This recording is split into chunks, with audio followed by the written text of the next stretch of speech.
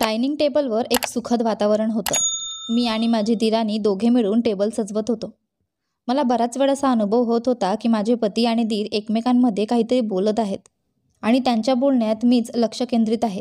कारण ते दोघे बोलताना अनेक वेळा माझ्याकडे पाहत होते. जे विचार माझ्या मनात चालले होते ते सत्यात परिणत झाले तर माझे जीवन खूप कठीण होणार होतं. मी मनातल्या मनात देवाकडे प्रार्थना करत होते की माझे विचार जरी असले तरी असे काहीही होऊ नये. असं म्हणतात, कधीकधी आपण विचार केलेले विचार सत्यात येत नाहीत. जेव्हा मी टेबल सजवून तयार झाले तेव्हा माझ्या पतीने अचानक म्हटले, इथे बसण्याची गरज नाही. तुझी प्लेट उचलून स्वयंपाकघरात जा आणि खा. मी थक्क झाले होते. माझ्या सासूने शांतपणे तोंड खाली झुकवले होते आणि माझे हाल असे झाले होते की जणू माझ्या शरीरात रक्तच नाही. माझा पती असं का म्हणत होता? पण त्यांच्या शैलीतून मला कळाले की या टेबलवर माझी काहीही जागा नाही. मी चुपचाप माझी प्लेट बनवली आणि स्वयंपाकघरात गेले. मला काहीही चांगलं वाटत नव्हतं. मागील रात्री थोड्या गोष्टीवर माझा आणि माझ्या पतीच्यामध्ये थोडा वाद झाला होता आणि हाच विचार मला चिंतेत करत होता. थोडक्यातच वेळ गेला होता की माझी दिराणी स्वयंपाकघरात आली आणि माझ्या सासूचा संदेश देत म्हणाली, जेवण खाल्ल्यानंतर तुम्ही त्यांच्या खोलीत जा. त्यांनी तुम्हाला बोलावले आहे. मी बेशुद्धीत विचारले, ऐक, तुला माहीत आहे का सासूबाई आणि दीर राहुल यांच्यात काय चाललंय? तिने माझ्याकडे एक नजर टाकली आणि स्वयंपाकघरातून बाहेर जाणार होती. मी समजून गेले की तिला सर्व काही माहीत आहे. तसंच माझा दीर आपल्या बायकोचा गुलाम होता. त्यामुळे त्याला तर सर्व गोष्टी माहीत असण्याचं कारण होतं.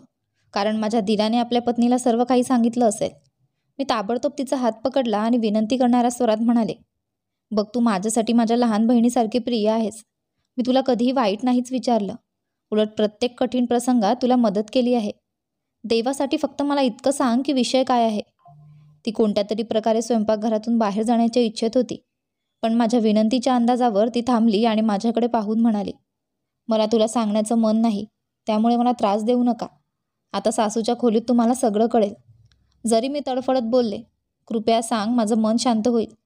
तिथे जाऊन मला काय बोलायचं आहे मी आधीच विचार करून घेईन. यापूर्वी की मी काहीतरी अधिक बोलू शकेन तिने तिचा हात माझ्या हातातून काढला आणि माझ्या चेहऱ्यावर नजर गडवून म्हणाली, माफ करा ताई, मी माझ्या पतीसोबत गद्दारी करू शकत नाही. थोड्याच वेळात तुम्हाला सगळं कळेल. माझं हृदय भयंकर धडधडत होतं. मनातल्या मनात मी माझ्या देवाकडे प्रार्थना करत होते की जे मी विचार करत आहे ते सत्य न हो. कारण आता मला याची खात्री झाली होती की माझा पती चांगला माणूस नाही आणि लग्नानंतर काही महिन्यात मला ही गोष्ट समजली होती. मी नाश्ता कसा तरी खाल्ला. थोड्या वेळाने जेव्हा मी माझ्या सासूच्या खोलीत गेले तेव्हा तिथे मला एक प्रकारची अदालत लागलेली दिसली. माझे पती मला पाहून रागाने म्हणाले, इथे येण्यात इतका वेळ का लागला? तू आपल्या माहेराशी बोलत होतीस का?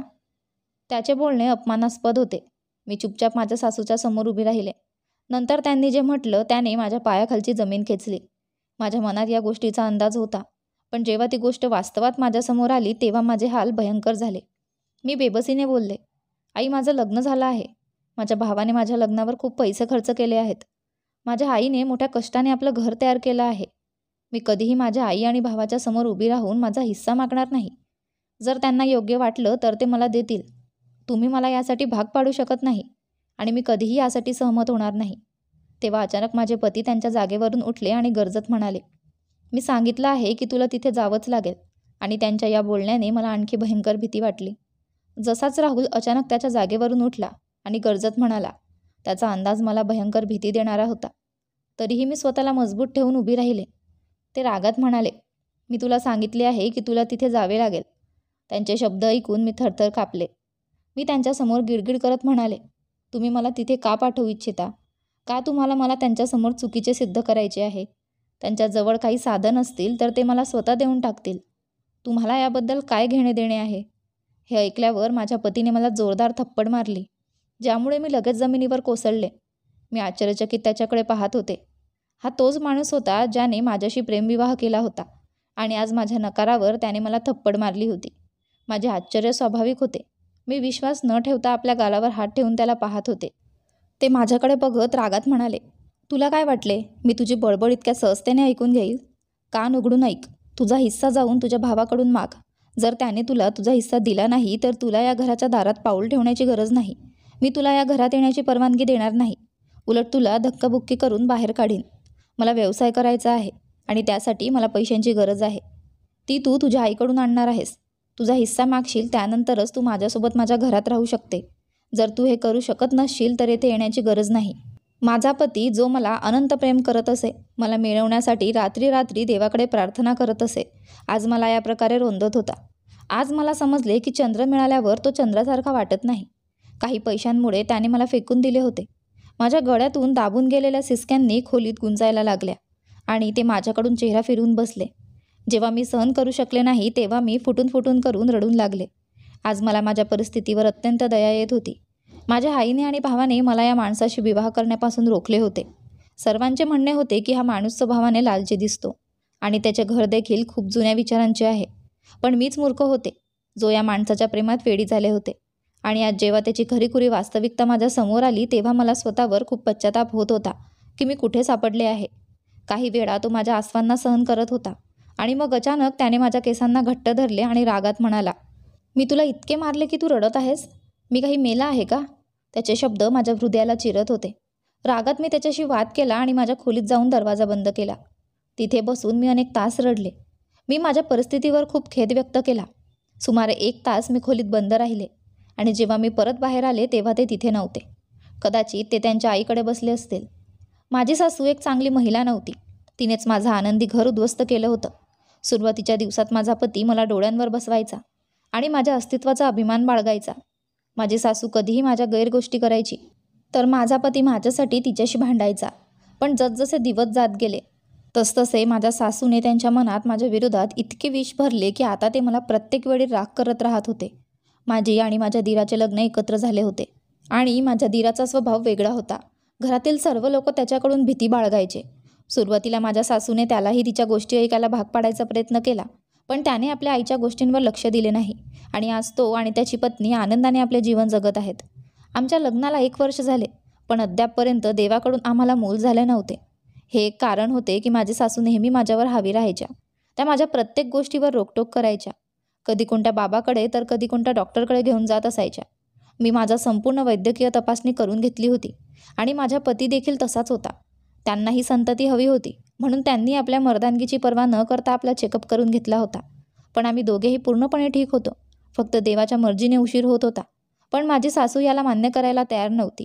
आता माझ्या पतीच्या नोकरीतही काही अडचणी येत होत्या आणि ते फक्त एकच गोष्ट सांगत होते, तुझ्या भावाकडे जा आणि तुझ्या वडिलांच्या घराचा हिस्सा माग. पण माझ्यात इतकी हिंमत नव्हती की मी आपल्या भावासमोर उभी राहून आपला हिस्सा मागू शकेन. माझ्या भावाने माझं लग्न मोठ्या धूमधामाने केलं होतं आणि प्रत्येक गोष्ट मला हुंड्यात दिली होती. आता मी काय करणार काही समजत नव्हतं. माहेरात गेले तर भावाला सामोरे जावे लागणार होते आणि इथे राहिले तर पतीच्या बोलण्यामुळे मी अगदी चिरडत होती. अखेर निर्णय भावाच्या घराकडे जाण्याचा झाला, कारण जर मी तिथे गेले नाही तर माझा पती मला सोडून जाऊ शकला असता. मी हिंमत गोळा केली आणि रात्रीच माझी बॅग तयार केली. माझा पती आता माझ्यासाठी अपरिचित बनला होता. त्याच्या लहान हालचालीने माझं मन दुखावलं. मी त्याच्याकडे एक नजर पाहिले आणि शांतपणे त्याच्या पायाजवळ बसले. माझे हात थरथरत होते, पण मी स्वतःला सांभाळलं आणि त्याच्या पायांना पकडत म्हणाले, देवासाठी माझ्यावर असे जुलूम करू नका. मला माझ्या भावासमोर उभं करू नका. त्याने माझ्यासाठी लहानपणापासून खूप काही केलं आहे आणि आज जर मी त्याच्यासमोर उभं राहून घराचा हिस्सा मागितला तर तो माझ्याबद्दल काय विचार करेल? माझ्या भावाकडे इतके साधन नाहीत की तो घर विकून भाड्याच्या घरात राहू शकेल. देवासाठी माझ्यावर दया करा. माझा पती पूर्णपणे निर्दयी झाला होता. ते माझ्याकडे बघत म्हणाले, जर तुला इतकाच त्रास होत असेल तर घटस्फोट घेऊन जा. मी दुसऱ्या विवाहासाठी पूर्णपणे तयार आहे. असो, तू मला मूल देणार नाहीस, त्यामुळे कमीत कमी तुला सोडून मी मोकळा होईल. माझ्या डोळ्यात अश्रू येऊ लागले. माझं हृदय झपाट्याने धडधडू लागलं. असं वाटत होतं की आज काही वाईट होणार आहे. माझा अंतरात्मा हे सहन करीत नव्हता की मी माझ्या भावासमोर उभी राहू, पण माझ्या पतीसमोर मी मजबूर झाले होते. माझा पती अचानक त्याच्या जागेवरून उभा राहिला आणि माझ्याकडे बघून म्हणाला, चल मी तुला तुझ्या आईकडे सोडून येतो. सकाळी मला मोबाईलवर सर्व माहिती दे. जर मला हे योग्य वाटले आणि तुझे उत्तर होय असेल तर मी तुला घेण्यासाठी येईल, अन्यथा तू कायमचे तिथे राहू शकते. हे म्हणत त्यांनी माझा सामान उचलून बाहेर गेले. मी एका नजरेत माझ्या खोलीकडे पाहिले. इथे मी माझ्या विवाह जीवनातील अनेक सुंदर क्षण घालवले होते आणि आज कदाचित मी कायमची या खोलीला सोडून जात होते की नाही मला काहीच माहिती नव्हते. पण आज त्या भिंतींनाही खूप उदास वाटत होते. माझं मनही खूप उदास होतं. मी मजबुरीत माझ्या पलंगावर हात फिरवला आणि जागेवरून उठले. खोलीच्या दाराजवळ जाऊन मी पुन्हा एक नजर संपूर्ण खोलीवर टाकली आणि दुःखी होऊन रडू लागले. मला काही क्षणांसाठी पूर्णपणे एकटे वाटत होते, पण मला आशा होती की कदाचित माझा भाऊ मला माझा हक्क देईल आणि मग सर्व काही ठीक होईल. चुपचाप मी बाईकवर बसून माझ्या पतीच्या सोबत आपल्या माहेरी पोहोचले. ते मला बाहेरच सोडून गेले. मी त्यांना आत येण्यास सांगितले, पण त्यांनी माझ्याकडे पाहणेही पसंत केले नाही.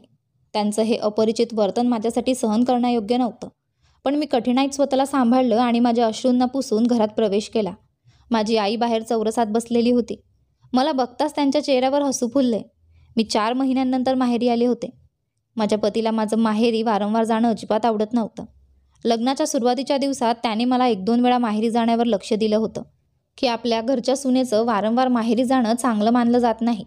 म्हणून मी त्याच्यासमोर माहेरी जाण्याची इच्छा व्यक्त करणे सोडले होते. आणि दुसरे कारण माझी वहिनी होती. माझी आई लगेच खाटेवरून उठून माझं स्वागत करण्यासाठी पुढे सरसावली.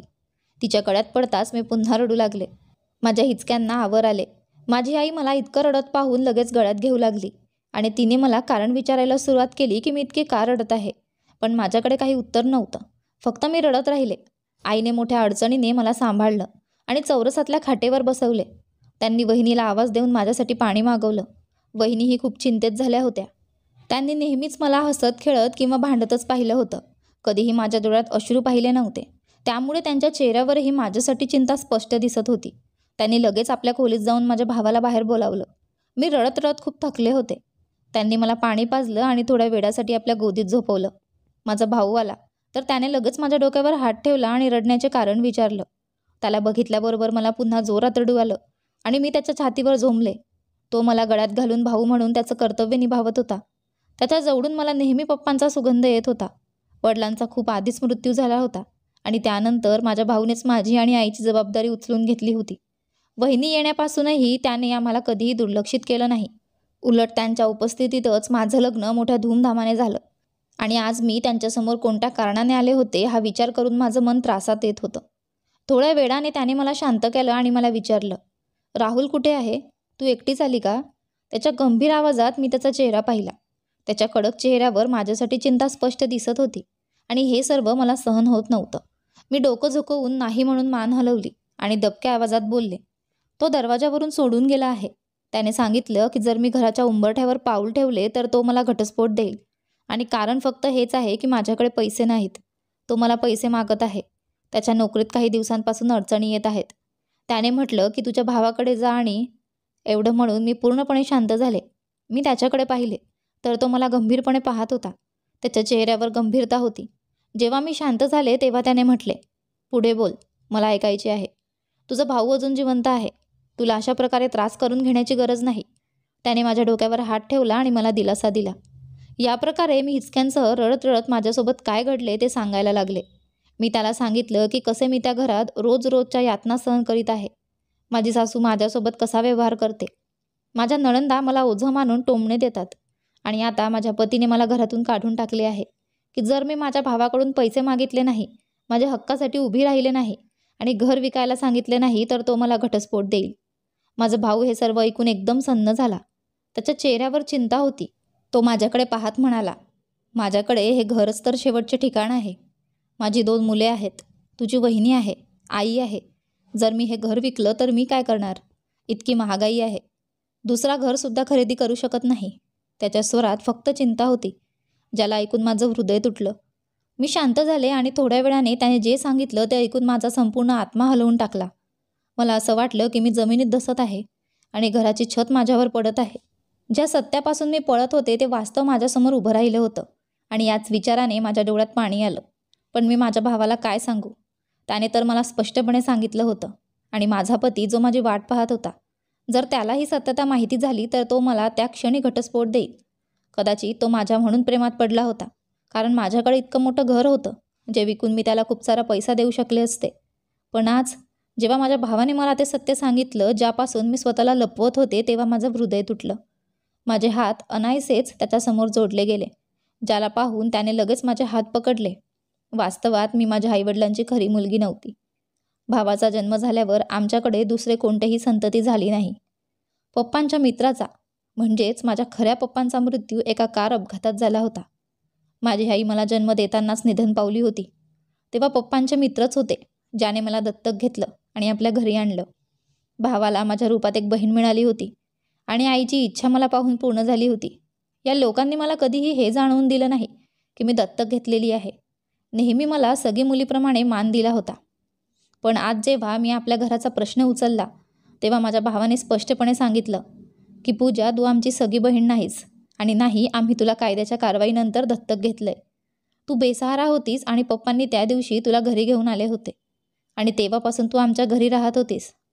पण देवाला ठाऊक आहे, आम्ही तुला कधीही परकं मानलं नाही, नेहमी तुला या घराचा भाग मानलं. पण पूजा, ही एक वास्तविकता आहे की तू आमची खरी बहीण नाहीस आणि या कारणामुळे या घरावर तुझे काही हक्क नाहीत. आणि या वास्तवापासून मी पळत होते. मी कधीही माझ्या पतीला या सत्याबद्दल सांगितलं नव्हतं. मला तरी त्यातले गुमान होतं की कधीही मी या टप्प्यावर येणार नाही. मी विचार करत होते की राहुल मला इतकं प्रेम करतो, माझं जीवन खूप आनंददायी जाईल. मला माझ्या बालपणाचे काही क्षण थोडे थोडे आठवतात, जेव्हा माझे खरे पप्पा जिवंत होते. ते कोणी श्रीमंत व्यक्ती नव्हते, तर मेहनत मजुरी करून मला आणि स्वतःला सांभाळत होते. आमचं स्वतःचं घरही नव्हतं, भाड्याच्या घरात राहत होतो. पण पप्पांचा जीव एका रोड अपघातात गेला आणि त्यानंतर पप्पांच्या मित्राने मला आधार दिला, जो माझ्यासाठी सख्ख्या बापापेक्षा अधिक महत्त्वाचा होता. पण आज मी ज्या परिस्थितीतून जात होते त्या परिस्थितीत मी स्वतःला या भरीव जगात एकटी समजत होते. माझे हात पकडत माझ्या भावाने म्हटले, मी प्रयत्न करेन की तुझ्यासाठी काही पैशांचे व्यवस्थापन करेल, पण मी हे घर विकू शकत नाही. हे माझ्या पप्पांची शेवटची आठवण आहे आणि माझी संपूर्ण दुनिया आहे. पूजा, यासाठी मी तुझ्यापासून माफी मागतो. हे सांगून तो आपल्या खोलीत गेला. मी आईच्या सोबत बसून राहिले. माझी वहिनी एक नजर मला पाहून आपल्या पतीकडे गेली. त्यावेळेस त्यांनी एकही शब्द बोलला नाही. मला आश्चर्य वाटले, कारण ती एक खूप भांडखोर प्रकारची महिला होती. प्रत्येक छोट्या गोष्टीवर माझ्याशी भांडायची, पण आज इतक्या मोठ्या गोष्टीवर तिच्या तोंडातून एकही शब्द बाहेर आला नाही. हेच माझ्या आश्चर्याचे कारण होते. मी आईच्या गोदीमध्ये डोकं ठेवून पुन्हा रडायला लागले. ती मला प्रेमाने समजावण्याचा प्रयत्न करत होती की तुझा भाऊ काहीतरी व्यवस्थापन करेल, तुझं घर खराब होणार नाही. पण आज मला माझ्या घराची काळजी नव्हती. ज्याने मला इतकं प्रेम दिलं, ज्याच्यासाठी मी माझ्या घरच्यांशी भांडले, त्या व्यक्तीने मला असे सांगितले की जर तू आपल्या भावाकडून हक्क घेऊन घरी आली नाहीस तर मी तुला घटस्फोट देईल. जेव्हा मी माझ्या सगळ्या भावाला या सर्व गोष्टी सांगितल्या तेव्हा त्याने मला धुतकारले नाही. त्याने मला घरातून बाहेर जायला सांगितले नाही, तर त्याने माझ्या डोक्यावर हात ठेवला आणि मला आश्वासन दिलं की तो माझ्यासाठी काहीतरी व्यवस्था करेल. हा विचार करून माझ्या डोळ्यातून अश्रू येऊ लागले. मी माझ्या आईच्यासोबत ती रात्र अंगणात घालवली. मला काहीच समजत नव्हतं की मला काय करायचं आहे. दुसऱ्या दिवशी माझ्यासाठी एकदम प्रकाशमय ठरला. सकाळी उठल्यावर घरात हलवापुरीच्या वासाने भरलेला होता. भावाने माझ्यासाठी बाहेरून नाश्ता आणला. माझ्या वहिनीच्या चेहऱ्यावर एक शांत हास्य होतं, ज्याला पाहून मला आश्चर्य वाटलं. तिने मला स्वतःच्या हातांनी नाश्ता करून दिला आणि पहिल्यांदाच या महिलेनं मला आश्वासन दिलं की मला चिंतेत होण्याची गरज नाही. तुझा भाऊ अजून जिवंत आहे आणि तुझं घर कधीही तुटणार नाही. नाश्त्यानंतर माझ्या भावाने मला आपल्या खोलीत बोलावले. जसेच मी खोलीत गेले, त्यांनी मला बसण्यास सांगितले आणि अलमारीतून काही सोन्याचे दागिने काढून माझ्यासमोर ठेवले. ते सर्व पाहून मी आश्चर्यचकित झाले. त्याने मला पाहून सांगितले, काल रात्री जेव्हा मी खोलीत परत गेलो तेव्हा तुझ्या वहिनीने म्हटले की जर आम्ही तुझी मदत केली नाही तर तू उद्ध्वस्त होशील. आम्ही तुला लग्नाच्या आधीच सांगितले होते की हा व्यक्ती फक्त तुझ्या घराच्या आणि पैशांच्या कारणासाठी तुझ्याशी लग्न करू इच्छितो, पण तू आमच्या बोलण्यात विश्वास ठेवला नाही. चल, मी ते सर्व पुन्हा सांगू इच्छित नाही. मी फक्त इतकं सांगू इच्छितो की तुझे घर बर्बाद होऊ देऊ नको आणि हे दागिने घेऊन तुझ्या पतीसमोर ठेव. त्याला सांग की तुझ्या भावाने घराच्या बदल्यात हे दागिने दिले आहेत. माझ्या डोळ्यात अश्रू आले. मी आपल्या भावाकडे पाहिले आणि म्हटले, पण हे तर वहिनीच्या हक्काचे दागिने आहेत. हे तर त्यांना त्यांच्या माहेरातून मिळाले होते आणि बाकीचे तुम्ही त्यांना दिले आहेत. जर मी तिच्या हक्कावर डाका टाकला तर हे चुकीचे होईल.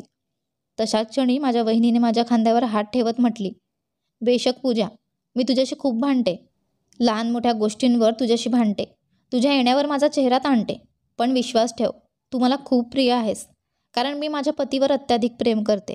तू माझ्या पतीची जीवनशक्ती आहेस, जो तुला आपल्या बहिणीसारखे नाही तर आपल्या मुलीसारखे मानतो. संपूर्ण रात्री तुझा भाऊ तुझ्या दुःखात अश्रू वाहत होता. तो एक क्षणही झोपला नाही. सकाळी त्याने ठरवले की तो हे घर विकणार, कारण तो आपल्या बहिणीच्या डोळ्यात अश्रू पाहू शकत नाही. पण मी त्याला समजावले की जर आपण हे घर विकले तर तुझे माहेर संपुष्टात येईल आणि आपल्या मुलांच्या भवितव्यालाही धोका येईल. आपण दरदर भटकणार आहोत. म्हणून मी तुझ्यासमोर माझे सर्व दागिने ठेवले आहेत. आता तुम्ही ते विकून आपल्या पतीचा व्यवसाय करू शकता. मी धडाक्यात उठले आणि माझ्या वहिनीला गळाभेट घेतली. त्यांना गळ्यात घालून मला मोठ्या बहिणीचे सुख मिळाले होते. मी त्यांचे आभार मानले आणि माझ्या भावाच्या छातीला पण लागले. पण मी सर्व दागिने माझ्या भाऊ आणि बहिणीला परत केले, कारण मी ठरवले होते की मी अशा व्यक्तीसोबत कधीच राहू शकत नाही ज्याला माझ्यापासून नाही तर माझ्या पैशांपासून आवड आहे. मी स्वतःच घटस्फोटाची केस दाखल केली. जरी माझ्या भावाने मला लाख वेळा रोखण्याचा प्रयत्न केला, पण मी स्पष्ट सांगितले की मी अशा व्यक्तीसोबत राहू शकत नाही.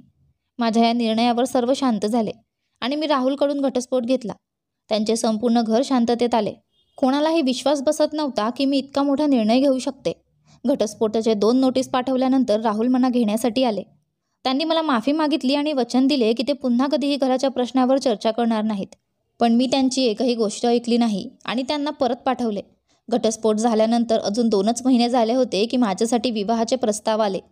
भलेही मी विवाहित होते, पण माझे लग्न होऊन कितीतरी वेळ झाला होता आणि मग मी खूप सुंदरही होते. कदाचित माझ्या नशिबात दुःख लिहिले होते की मी राहुलसारख्या व्यक्तीच्या जाळ्यात सापडले होते. मला लग्न करायचे नव्हते, पण मला माझ्या भावावर संपूर्ण आयुष्यासाठी ओझेही बनायचे नव्हते. म्हणून मी लग्नाच्या आधी सर्व अटी ठेवल्या की जो कोणता व्यक्ती माझ्यासोबत लग्न करेल तो माझ्या हिस्स्याच्या प्रश्नावर चर्चा करणार नाही. भावानेही माझ्यासाठी असाच एक मुलगा शोधला आणि त्यानंतर माझं लग्न त्याच्याशी करून दिलं. त्याची पहिली पत्नी मरण पावलेली होती आणि तो राहुलपेक्षा लाख गुणांनी चांगला होता. त्याने मला आपल्या पत्नी होण्याचा मान दिला आणि आपल्या घरातही मान दिला. आता मी आपल्या दुसऱ्या पतीसह सुखद जीवन व्यतीत करत आहे. अखेरच्या वेळी मला हेच म्हणायचे आहे की तुमच्या आत्मसन्मानाला ठेचून तुम्ही कधीही तुमच्या आनंदाला मिळवू शकत नाहीत. ज्या ठिकाणी तुमचा सन्मान नाही त्या ठिकाणी राहण्याचा काही अर्थ नाही. जो व्यक्ती तुमची किंमत नाही ठेवत तो तुमच्यासोबत आयुष्यभर काय करणार?